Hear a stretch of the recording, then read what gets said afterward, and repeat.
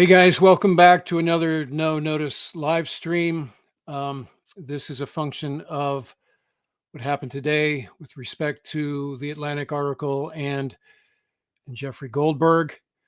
So you guys remember on Monday, we were chatting about the original article where Goldberg was detailing how he was invited into a Signal group chat and what transpired within that chat, but he withheld the classified information from the initial article under the auspices of being a good steward of things that could hazard our warfighters, which, as I mentioned during the live stream on Monday, is very laudable.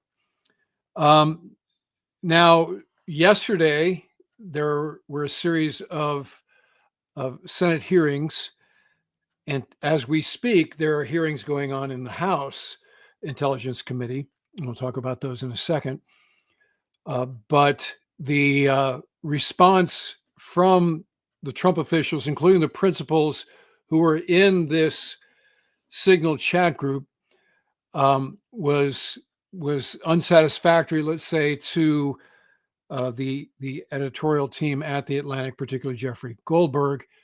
And let me play you one example here, and this is Mike Waltz, who's the National Security Advisor on the Laura Ingraham show.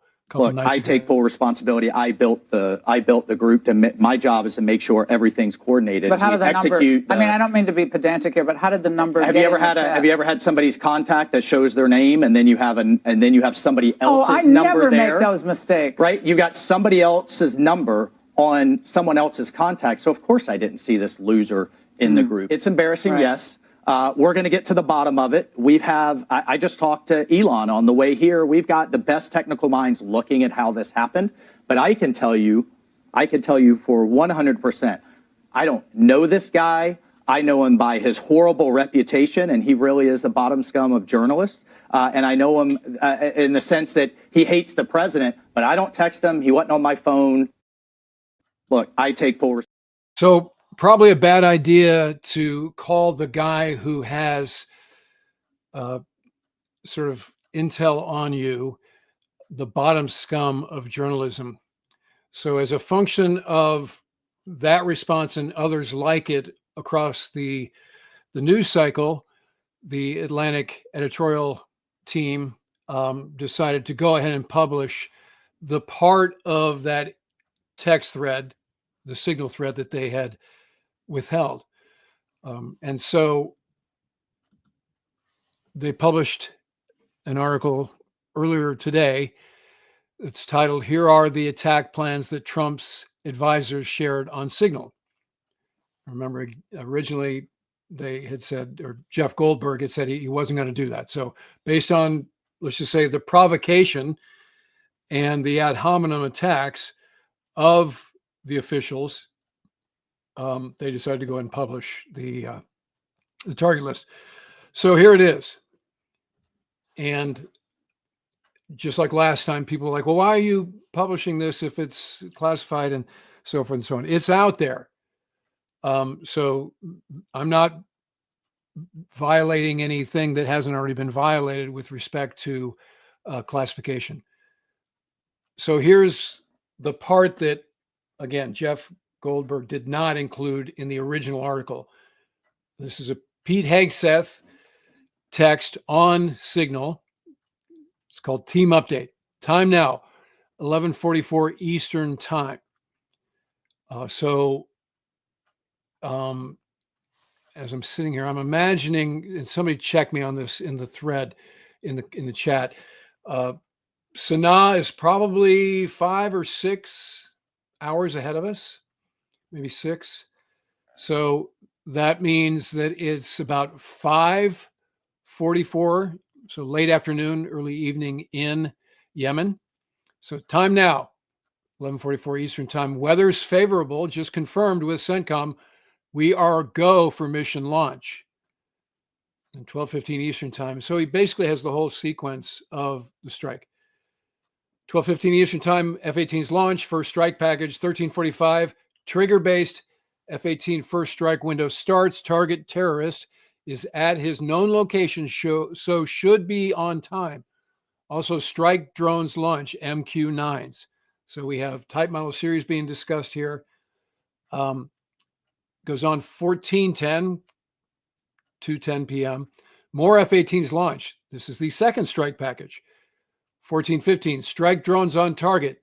This is when the first bombs will definitely drop, pending earlier trigger-based targets. 15:36, F-18 second strike starts. Also, first sea base Tomahawks launched. More to follow. We're currently clean on OPSEC, of course, except the fact that we have Jeffrey Goldberg on this thread. So just now, I was just watching the testimony. The chairman of the House Intel Committee, Jim Himes, asked Tulsi Gabbard, who is the director of national intelligence, to cite from her own DNI guidance what that text thread should be classified. And she was unable to answer that question. Just like yesterday, she was unable to say, when first asked, is TG in this thread you? She refused to answer. So it turns out that this text thread by ODNI's own guidelines should be classified top secret, in that it gives the times of a strike. Now, you heard yesterday that Secretary Hegseth said, we didn't publish any war plans. And so in the strictest sense, that is true. And when you say war plans to me, that means in the case of the strikes I've been involved in, including planning the strikes, an air tasking order, an ATO. So that's very detailed. Tanker plans, times, DIMPs, which is the what does the D stand for? The designated mensurated point of impact, DIMPI. So it's a very high precise latitude and longitude where the bombs are going to go, how many loadouts, so forth and so on. So, none of that is in this part of the threat. Okay, so when Secretary Hegseth said, we didn't publish any war plans, in the strictest definition of that, he wasn't lying. However, this amount of information is classified by ODNI's own guidelines as top secret. So, not good. And then at the bottom of the thread or the article, they have screenshots of the composition of this small group in Signal. And you can see at the top there, it's set for disappearing messages 1 week. And there's some question as to, okay, what's that about? Are they trying to subvert some record keeping or whatever? So I'm sure we'll find out more about that. But you can see the members, Mike Waltz and Scott B., some other folks, then Pete Hegseth, Dan Katz, Joe Kent, SM, 2 Rubios for some reason. And then the other ones are the designated folks, Mike Needham, John Ratcliffe, director of the CIA, Tulsi Gabbard, J.D. Vance, Susie Wiles, chief of staff, Steve Witkoff, who's the emissary. And oh, by the way, Steve Witkoff was in Russia on Wi-Fi when he was participating in this thread. So it's probably not a huge leap in logic to imagine that was potentially hacked by the KGB or whomever else. So that's the update. Like I said, hearings are going on. As we were surmising on Monday, asking anybody going to get punished, any consequences. So far, the answer is no. As I said on Monday, my belief is the if anybody was going to be made to resign, it was Mike Waltz. But you saw in that Fox clip that he doesn't seem to be interested in resigning. President Trump is like, there was nothing was classified, nothing to see here, move on. The other thing is, and I'm working on an episode about this, which is focusing on the actual strikes and not the palace intrigue that's happening here within the Beltway, because we're using some new weapons that we haven't used before. And you can see this during the cat shots, the B-roll from the flight deck of Truman. You heard you read the use of MQ-9 sequenced in with the strikers, and they are this war, this skirmish is ongoing. So while we're talking about the strikes on the 15th of March, there have been at least 2 other major strikes happening. Further, the Iranian piece has gotten more and more detailed. So I'll be doing another episode on that part of it. CENTCOM has been publishing a lot of materials, FLIR footage, a lot of B-roll from the flight deck of Truman. So we'll just analyze from the military point of view what's happening there. So look forward to that. So let me go to the comments here, and we'll have a little bit of a chat.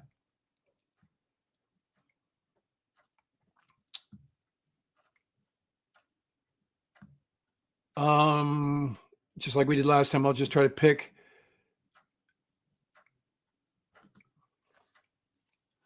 Would CENTCOM commander have canceled the attack if he knew this info was public? Richard Warner from Texas, I imagine. Richard, I'm imagining the answer to that is absolutely yes. Now you've heard the administration say these were, and just saw Ratliff just was like, what you guys aren't noticing as you're criticizing this signal thread is these strikes were very successful. And so prima facie, that looks to be true. But what we don't know is what's unknowable. So let's imagine, to your question, that, okay, Steve Witkoff is in Moscow. His phone is hacked. The Russians relay it to the Iranians, who relay it to the Houthis, and they know, they know it's coming, right? So they have 2 hours to do something about it. So maybe they move some things out of harm's way. And we can't know how they reacted, or if they were given a heads up. The bottom line here is that's the wrong focus, is to go, hey, we may have been sloppy with the OPSEC, but the strikes went without a hitch. So no harm, no foul. That's not definitively true.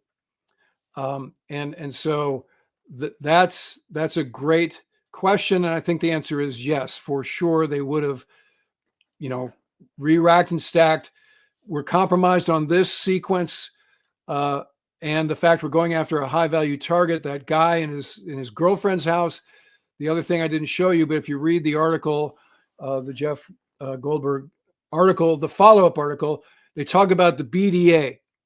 And so we also talks about nothing was compromised in terms of, how we gather intelligence. Nothing was compromised, but that's not true, because in real time, you can see on that thread that they know the building was hit. So that in and of itself is a piece of the intelligence puzzle. So the bottom line here is, you can dance angels on the head of a pin about the details of this wasn't a war plan, but why is the national security team even hazarding it in this way? Is that necessary? And the answer is no. Again, on Monday, I mentioned that having been involved in strike planning and contingency ops execution, I've been to a skiff on a carrier most of the time, right? In the CVIC, the Carrier Intelligence Center, there is another compartment super secure. You turn music on so that listening devices can't hear you when you're talking. And that's where you would go to talk about the most sensitive compartmented information on the ship. So further, materials never left Civic. They didn't even go back to the ready room. And so again, I'm just mentioning that because having been involved in this level of power projection, I know that this isn't something you just do on an unclass server or an unclass app in this case. So I think obviously, as you heard Mike Waltz say, it's embarrassing. He allowed that it's embarrassing when talking to Laura Ingraham on Fox. So they're allowing that that's true. But beyond that, the other shoe dropping is, so what are the consequences? What is the action that's going to be taken? And you heard the National Security Advisor saying, we're looking into this, which is, again, a bit ironic that the guy who actually invited Jeffrey Goldberg into the thread is now going to look into it and figure out, I don't know how this happened. I don't even know that guy, this bottom feeder of a journalist, right? So this is all to say that I think that while the administration wants to just move on, and while the war is 2 or 3 strikes beyond this particular strike, and props to the Truman Strike Group, our good friend Chowder Hill, who's insted one thing since he took over a few weeks ago. But that ship's in good hands. In trying times, he was the perfect choice to come in there and get him back on a war-fighting footing. So these aviators, these crews, these maintainers, every sailor on that ship, and the small boys who are firing Tomahawks and SM-6s, downing the drones that are coming at them, because this is a two-way war. The Houthis are throwing a lot of stuff at the strike group. Fortunately, as I'm here speaking, nothing has hit any of our ships, but it's coming at them. So we have a full-up conflict happening in the Red Sea. So that's happening almost in a separate ecosystem from this food fight on the Hill. So let's be mindful of that. And again, I'm going to do an episode, hope to make it live by Friday, highlighting what is going on there. And again, specifically the munitions that they're loading on the carrier, on the airplanes that are launching off the carrier day and night. Because you can see, as indicated in that text thread, this was a dusk type of strike. It was not a nighttime strike. So forth. Okay, so let's look at some things. So Su Wukong, thank you for the super chat. I voted orange. This is embarrassing. If OPSEC doesn't matter, then we have problems. The fix is to prove the traffic isn't real, or for Pete to step down. So here's the news. The traffic is real. And you saw the thread that includes not DIMPs, not Latin long, not composition of the strike package. So we don't know how many Super Hornets per package, but we know how many packages there were and what type of airplanes there were, Super Hornets, right? And as we've detailed, in fact, including being aboard Truman last spring, we know what squadrons are on there. If you look at the CENTCOM B-roll, which we will in this next episode, we've got the F, which is the Rippers, 2-seat airplanes. We've got a number of 1-seat Echo Hornet squadrons, Super Hornet squadrons. We got the Growler guys. Again, they're sequencing with MQ-9s. You can see there's JDAM, there's LRASM, there's all kinds of what our good friend Admiral Miguez would call exquisite weapons. So they're using these munitions to good effect and staying out of harm's way as a function of that, suppressing the air defenses and then going in and hitting with great precision the targets that they intend. So now the question is it effective in terms of stopping the Houthis from attacking shipping? Because the other thing baked into that thread is, we did this, Biden was feckless, so forth and so on. But to my eye, it looks like the same playbook. I mean, again, Ike, TR, Lincoln, Truman are doing a similar sort of strike using the same assets to create, effects, as Tulsi Gabbard put in that text thread. So I stand ready to get the BDA and to be made aware of where this is different than what we've done and how this will stop the Houthis from attacking shipping, and how we don't escalate to going after Iran proper, who, as we've documented on this channel for some years now, is the sponsor of the Houthis, because that's the next step. And we talked about lines in the sand on Monday. That is still out there. Derek, thank you for the $100 super chat. That is fantastic effort. Appreciate it very much. Houthis haven't attacked, Nathan Cox. Houthis haven't attacked at shipping for 3 months. Why were they attacked now? Well, they did resurrect their threats. They've been shooting at American forces. So the cessation of hostilities was coincident with when it looked like the ceasefire was going to take hold. And you may remember I did an episode with a headline, "War is Over," with Sal some months ago, when it looked like that the ceasefire in Gaza was going to happen. And now the fact that it's broken down, the Houthis are emboldened and they're back to, sort of anybody who is allied with Israel is an enemy of the Houthis, and we're going to go after you. So that's why they were attacked, because they have been shooting at Americans.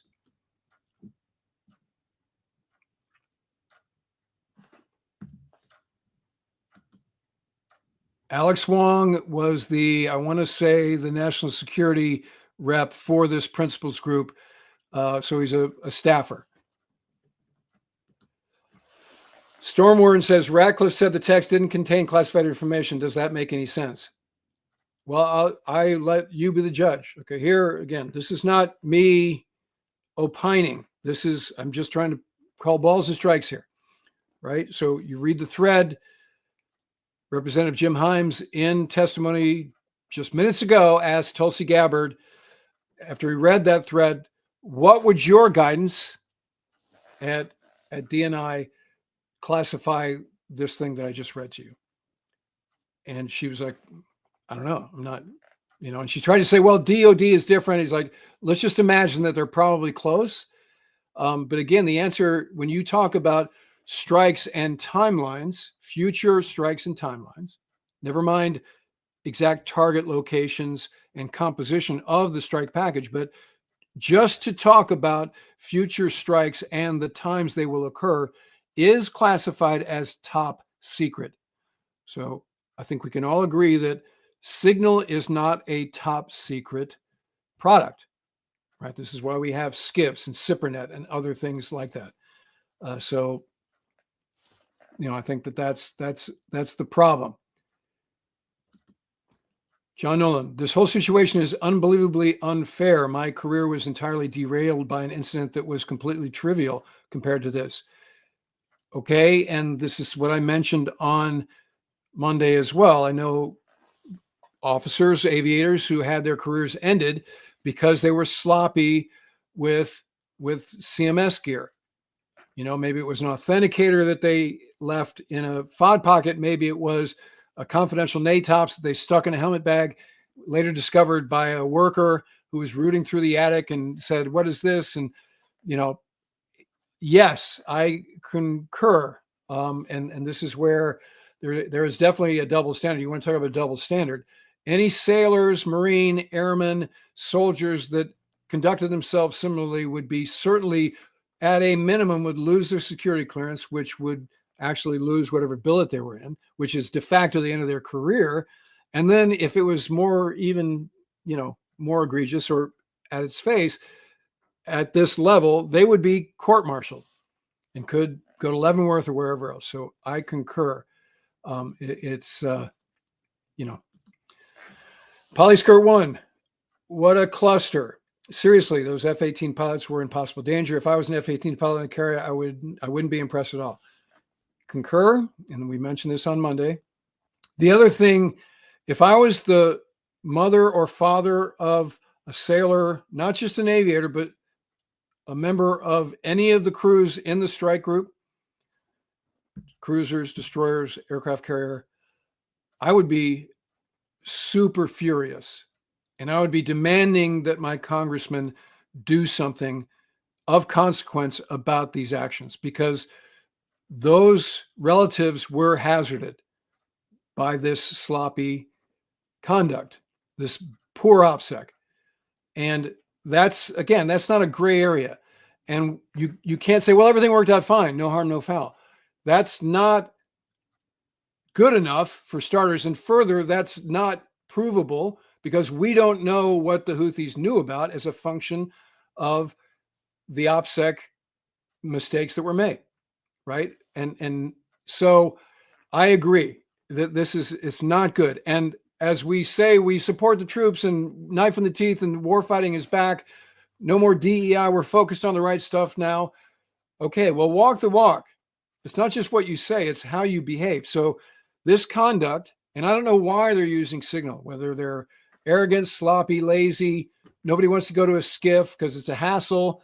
Nobody wants to muster in the White House in the Situation Room, like we did during the Bin Laden raid or whatever else, because whatever, we're all out and about. We can't do that. So we'll see what the corrective action is.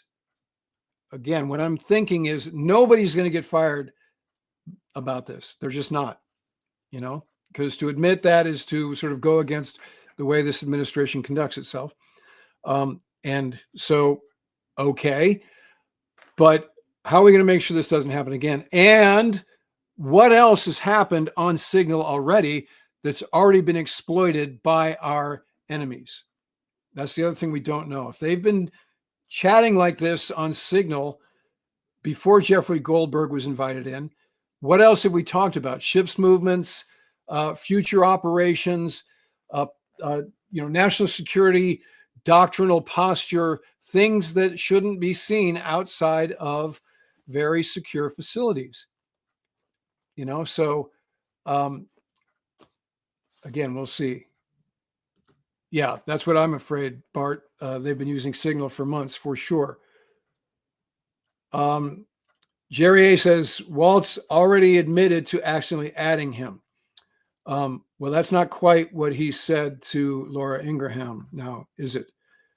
So this will all come out. Vance, George R. says, Vance openly questioned President Trump's capacity to understand the matter at hand. Taking that into account, who do you think are the actual foreign policy decision makers in the White House? Well, I think it's a collection of all the principals in that chat, right? So sometimes it's a Marco Rubio thing. Sometimes it's, J.D. Vance certainly is weighing in.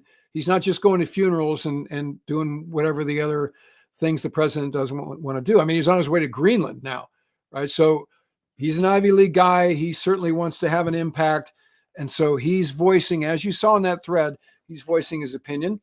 But ultimately, it's up to President Trump. Trump's not waiting for anybody else.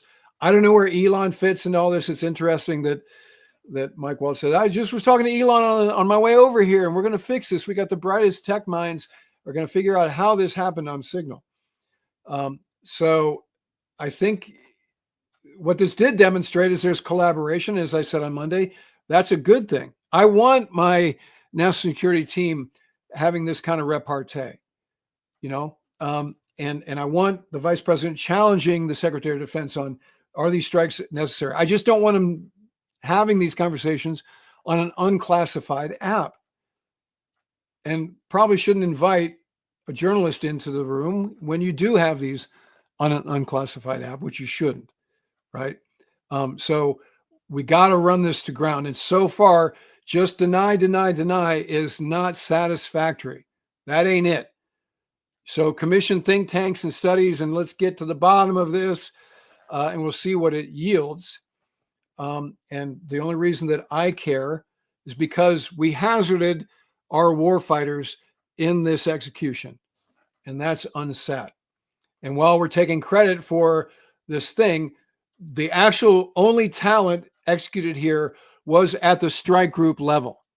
And this is what these guys and girls have trained to do, and they've been doing for months now.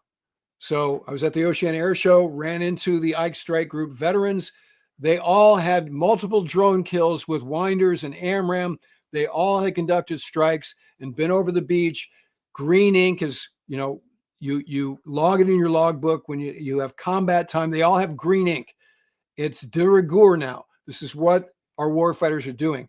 They are super talented, and that is passed down from carrier strike group to carrier strike group as they relieve each other. So you have a corporate knowledge base now that is incredible and unprecedented. So that's who we need to focus on and respect. And we don't hazard their security or safety in the slightest way. And we don't take credit where it's not really earned, is the other piece here. So let's all be mindful of that. All right. I got to be on XM radio. I'm going to be on the Julie Mason show here on the hour, but I wanted to just convene just to do this little thing about the most recent Atlantic article and the fact that Jeffrey Goldberg published the strike lineup. And again, by doctrine, that is a top secret document. So we'll see what happens. We'll stay tuned. Again, look for the episode about what's happening actually with the strikes. Again, I'm going to try to get it live by Friday. Don't hold me to that, but we'll look to get it live because there's a lot of cool information and a lot of good stuff that they're doing out there that we should, take a look at. All right. Again, a good crowd. Thank you. No notice. This is why you need to be a subscriber because you get these heads ups. I'm doing it at weird times, like 3:20. Started at 3:20 instead of on the hour. Thank you for all the super chats. Appreciate it. Chris Miller, thank you. Again, thank you, Derek Cavasian. And thank you, Mike Bundy, $50. Appreciate that. Keep protecting our sons, daughters, brothers, sisters, parents. Thank you. Thank you for the support. It matters a lot. And you guys showing up matters a lot. Again, when I hit end stream, this becomes an episode. So come back and check out the chat. Add your comments as you do a normal episode. Like I said, if you're not a subscriber, become one so you don't miss anything. I imagine most of you here are subscribers because you get the heads up. So bravo. But if you're not one, become one. And as always, I look forward to talking to you again very soon.